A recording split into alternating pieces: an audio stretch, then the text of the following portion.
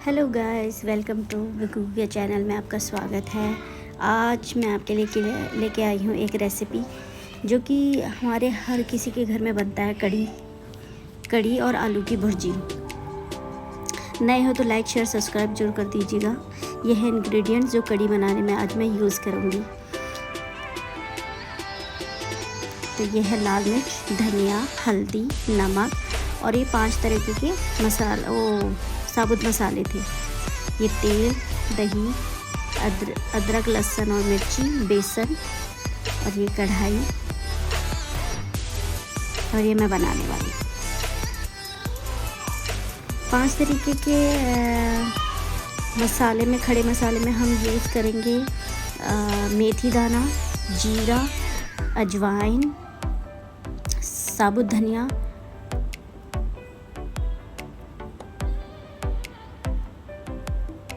और सरसों के दाने।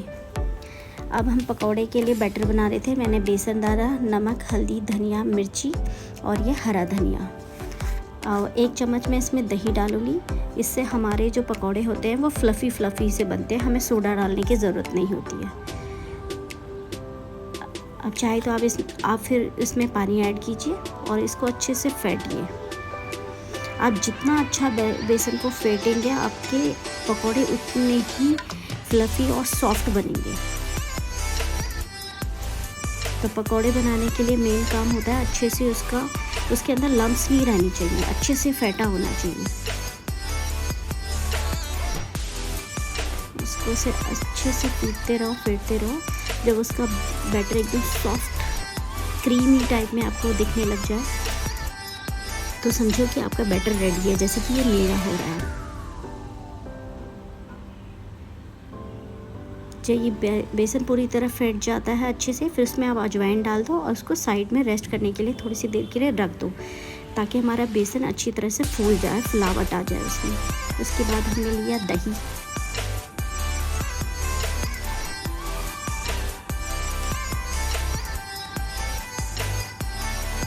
दही में हमने ऐड किया बेसन,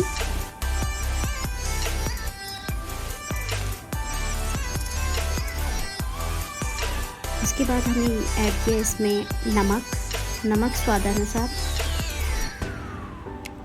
कुछ लोग कम खाते हैं, कुछ ज़्यादा, तो अपने हिसाब से आप ऐड कर सकते हैं। हल्दी, धनिया पाउडर और लाल मिर्ची। ये वो तीखी वाली मिर्ची नहीं है, ये सिर्फ थोड़ा सा कलर देगी और फ्लेवर देगी। क्योंकि मेरी डॉटर भी बहुत छोटी है तो हम मिर्ची कम ही इस्तेमाल करते हैं, तो वो सिर्फ कलर के लिए, फ्लेवरिंग के लिए है। फिर इसको हम रई से अच्छी तरह फेंट देंगे। कड़ी के बैटर को भी हम जितने अच्छे से फेंटेंगे हमारी मलाईदार कड़ी बनती है। अगर हमने उसको ज़्यादा चलाया नहीं, ज़्यादा फेंटा नहीं, तो ऐसी फटी सी कड़ी बनती है। अब हम तैयार करते हैं हमारा अदरक, लहसुन और मिर्ची का पेस्ट। मैं इसको ग्राइंड नहीं कर रही हूँ। ग्राइंड करने से अदरक पूरी तरह से पिस जाता है, जिससे कि अदरक अपना थोड़ा सा कड़वापन छोड़ देता है। इसलिए मैं सिर्फ इसको कूट के ही डालूंगी कड़ी के बैटर में।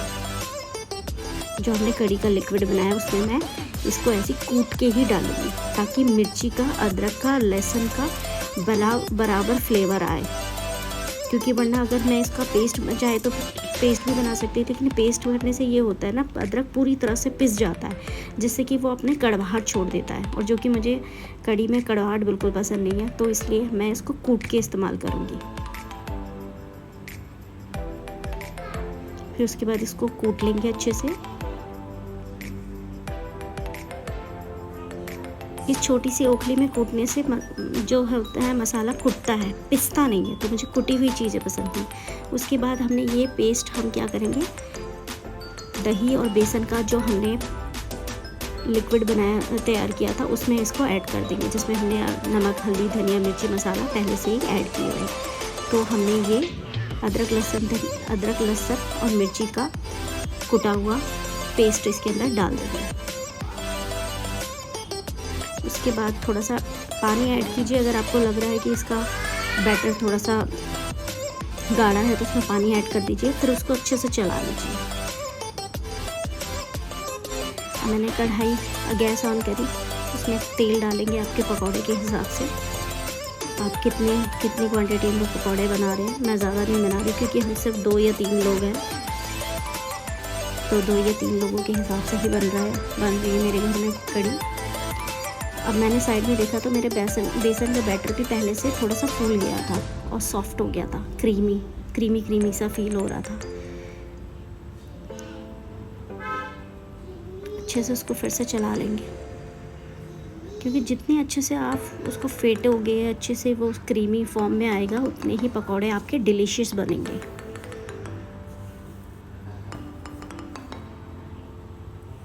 उसके बाद मैं चेक कर रही थी ऑयल गर्म हुआ कि नहीं, हाथ को थोड़ा सा ऊपर से लगा के।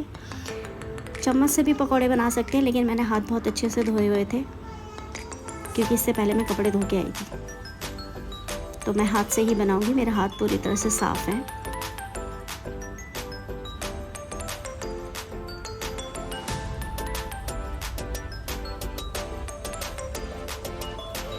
ये हमारे देखो, दूसरी बात ये है कि आपके पकौड़े कड़ी के अच्छे बन रहे हैं, उसकी एक निशानी कि आपके पकौड़े के बैटर डालने के बाद 5 मिनट बाद या 2-3 मिनट बाद ही एक उसमें बबल से आने लग जाते हैं। जैसे ही बबल्स आए थे मेरे इस पकौड़े में, ये इसकी निशानी है कि आपका बैटर बिल्कुल सही बना है। फिर अलट पलट के मैं पकौड़ों को फ्राई कर लूँगी। ये फ्राई हो रहे हैं मेरे पकौड़े।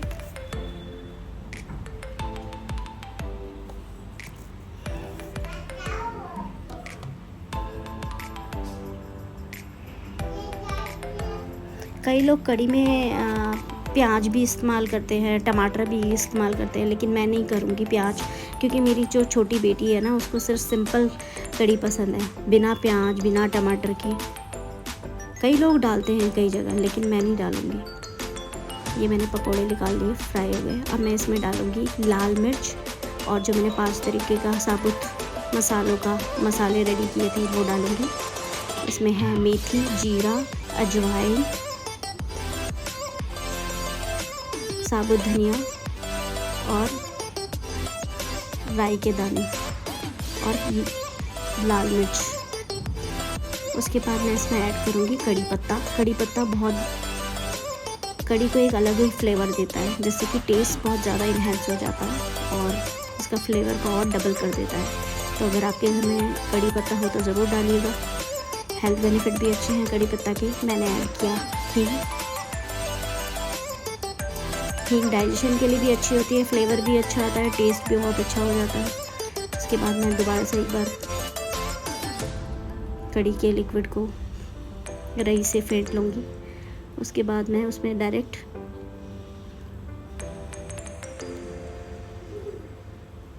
दही बेसन और मसालों का जो लिक्विड तैयार किया था वो कढ़ाई में मैंने डाल दिया है। इसके बाद अब आप देखिए कि आपको किस हिसाब से कड़ी चाहिए। मुझे राइस के साथ खाना था, तो मुझे ना मुझे गाढ़ी चाहिए ना मुझे पतली चाहिए। मुझे ऐसे चाहिए कि मैं कड़ी चावल के साथ अच्छे से उसको इजीली खा सकूं। क्योंकि अगर रोटी के साथ खाना हो तो आपको थोड़ी सी गाढ़ी फॉर्म में आपको कड़ी चाहिए होती है, लेकिन मुझे चावल से खाना है तो मुझे थोड़ी सी पतली कड़ी पसंद है, मतलब वो चावल के साथ ज़्यादा अच्छी लगती है। फिर मैंने उसमें थोड़ा सा पानी ऐड किया था, क्योंकि मेरा बैटर थोड़ा गाढ़ा था, तो मुझे लगा उसमें मुझे पानी ऐड करना चाहिए, तो मैंने पानी ऐड करा। अब इसको चलाते रहेंगे अच्छे से, और इस दौरान जब तक एक उबाला नहीं आता तब तक आपको इसको चलाते रहना है, इसको छोड़ना नहीं है। अगर आपने इसको छोड़ दिया तो हमारी कड़ी फट जाएगी, जैसे दूध फट जाता है ना, फट जाएगी, स्मूथ नहीं बनेगी, एकदम क्रीमी फॉर्म में नहीं बनेगी, ऐसे बनेगी फटी फटी, जो कि खाने और देखने में दोनों में बेकार लगती है, फटी फटी कड़ी। चलिए, मैं दूसरी तरफ बना रही थी अपनी आलू की भुर्जी, जो कि दाल चावल कड़ी चावल के साथ बहुत टेस्टी लगती है। तो मैंने तेल डाला, सरसों का तेल यूज़ करते हैं हम लोग, कोई रिफाइंड ऑयल यूज़ नहीं करते। उसके बाद जीरा डाला और एक साबुत लाल मिर्च और एक हरी मिर्च स्लेट करके मैंने वो डाल दी। उसके बाद मैंने प्याज कट करे थे, वो प्याज डाल दिए। उसके बाद मैं इसमें हींग डालूँगी। हींग डाइजेशन के लिए अच्छी होती है। मेरे घर में एक छोटी बेटी है मेरी, तो उसके खाने में मैं ज़रूर हींग ऐड करती हूँ। उसके बाद उसको चला लेंगे अच्छे से। और उसके बाद मैंने अच्छे से काट के, छील के, धो के रखे हुए थे आलू, लंबे लंबे पतले पतले, और उसको हम ऐड कर देंगे कढ़ाई में।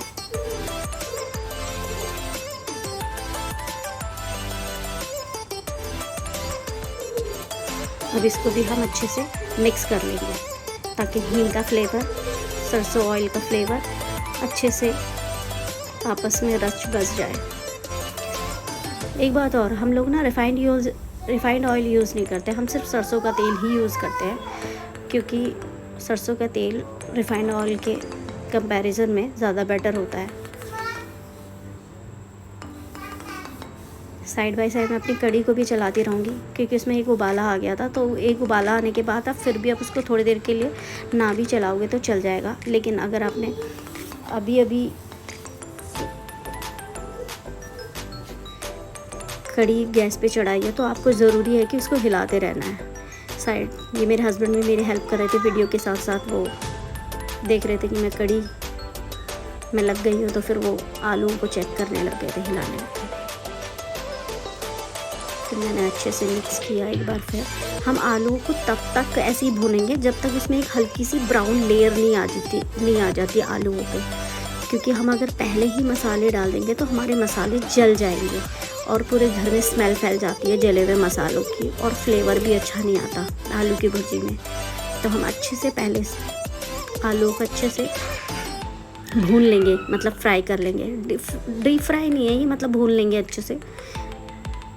उधर मेरी डॉटर आ गई थी, मम्मा पकौड़े दे दो, तो वो एक पकौड़े ले गई थी। कढ़ी साथ बाय साथ कढ़ी भी मैं बता रही थी कि जब कढ़ी में बबल्स आने लग जाए तो इसका मतलब है कि आपकी कढ़ी रेडी होने वाली है। मतलब अब आपको ज़्यादा हिलाने की ज़रूरत नहीं है, तो थोड़ी थोड़ी भी आप बीच में हिलाओगे तो चल जाएगा।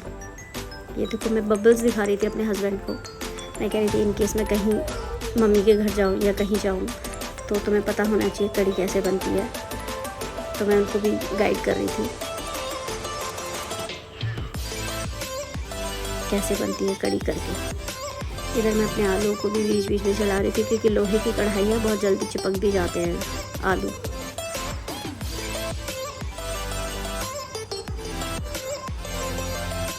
वैसे जहाँ तक मुझे पता है, मैंने देखा कि बिहार साइड के लोग ना ज़्यादातर दाल चावल के साथ आलू की भुर्जी ज़रूर खाते हैं, और मुझे बहुत टेस्टी लगता है दाल चावल के साथ आलू की भुर्जी खाना, या फिर कढ़ी चावल के साथ आलू की भुर्जी खाना।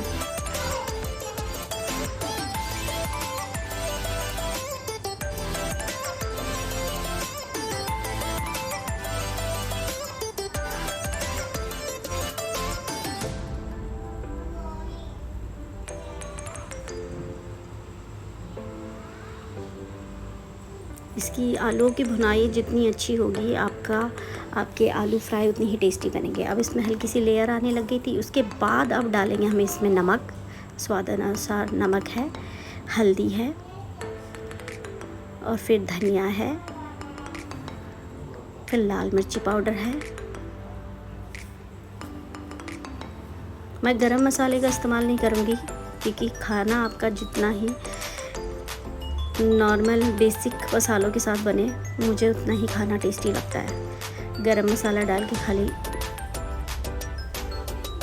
ओवर मसाला नहीं करना चाहते। फिर उसके बाद अच्छे से मिक्स कर लेंगे, जिससे कि हमारे मसाले अच्छी तरह से आलूओं के साथ रच बस जाए। ये देखिए अच्छे से उसको, और साइड में लगा दूँगी कढ़ाई के साइड में, ताकि नीचे से अच्छे से वो पक जाए। अब मैं चेक करें कि पके कि नहीं, क्योंकि हमने भुनाई तो पहले ही कर ली थी, तो आलू हमारे पक चुके थे। बस अब इतना पकाना था उनको कि मसाले अच्छे से, उस मसालों के साथ भी उनकी अच्छी से भुनाई हो जाए। मेरे आलू रेडी थे, मैंने ऊपर से एक धनिया से इसको गार्निशिंग करी। देखिए लुक वाइज भी कितने डिलीशियस और टेस्टी लग रहे हैं। और बहुत जल्दी बन जाते हैं ये आलू की भुर्जी, और खाने में भी बहुत टेस्टी होती है। उधर मेरी कढ़ी में भी बहुत अच्छे से उबाला आ चुका था, अच्छी सी पक चुकी थी। अब मैं डाल रही थी इसमें अपने पकौड़े जो मैंने पहले रेडी किए थे, ताकि 5-10 मिनट तक फिर वो कढ़ी में अच्छे से मिक्सअप हो जाए, अच्छे से पकौड़े कढ़ी को पी लें और उसके अंदर अच्छे से कढ़ी का रस भर जाए। ये देखिए, ये मेरी कढ़ी रेडी हो रही है। इसको से अच्छे से 5-10 मिनट और अच्छे से चलाएंगे। देखिए, दिखने में भी डिलीशियस लग रही है।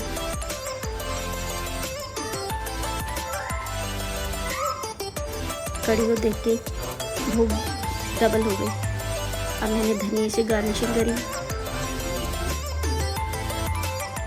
कढ़ी में या फिर किसी दाल में या किसी भी चीज़ में अगर आप ऊपर से धनिया कट करके डालते हो तो वो आपके खाने में या आपके डिश में 4 चाँद लगा देती है। ये देखिए, एक चीज़ मैंने और नोटिस किया, जब बचपन में छोटे होते हैं ना तो हमें कढ़ी इतनी पसंद नहीं होती। जैसे जैसे हम बड़े होते हैं ना, हमें कढ़ी वगैरह और अच्छी लगने लगती है। ये रहे चावल, मैंने थाली रेडी कर दी थी। चावल, आलू की भुर्जी, कढ़ी पकौड़ा और खीरा। अब मैंने अपने हस्बैंड को दिया ताकि उनसे मैं रिव्यू ले सकूं कि कैसी बनी है। और वो टेस्टिंग कर रहे थे कैसा बना है। उन्होंने आलू की भुर्जी भी ली, कढ़ी पकौड़ा भी लिया। अब वो खाएंगे और बताएंगे। इनको तो अच्छा लगा भाई।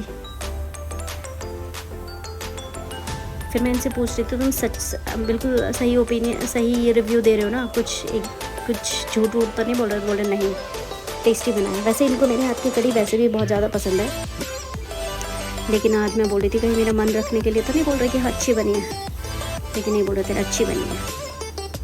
तो मेरे ये कढ़ी पकौड़े और आलू भुर्जी की आपको रेसिपी पसंद आई है तो प्लीज़ लाइक, शेयर और सब्सक्राइब जरूर कर दीजिएगा। Bye bye.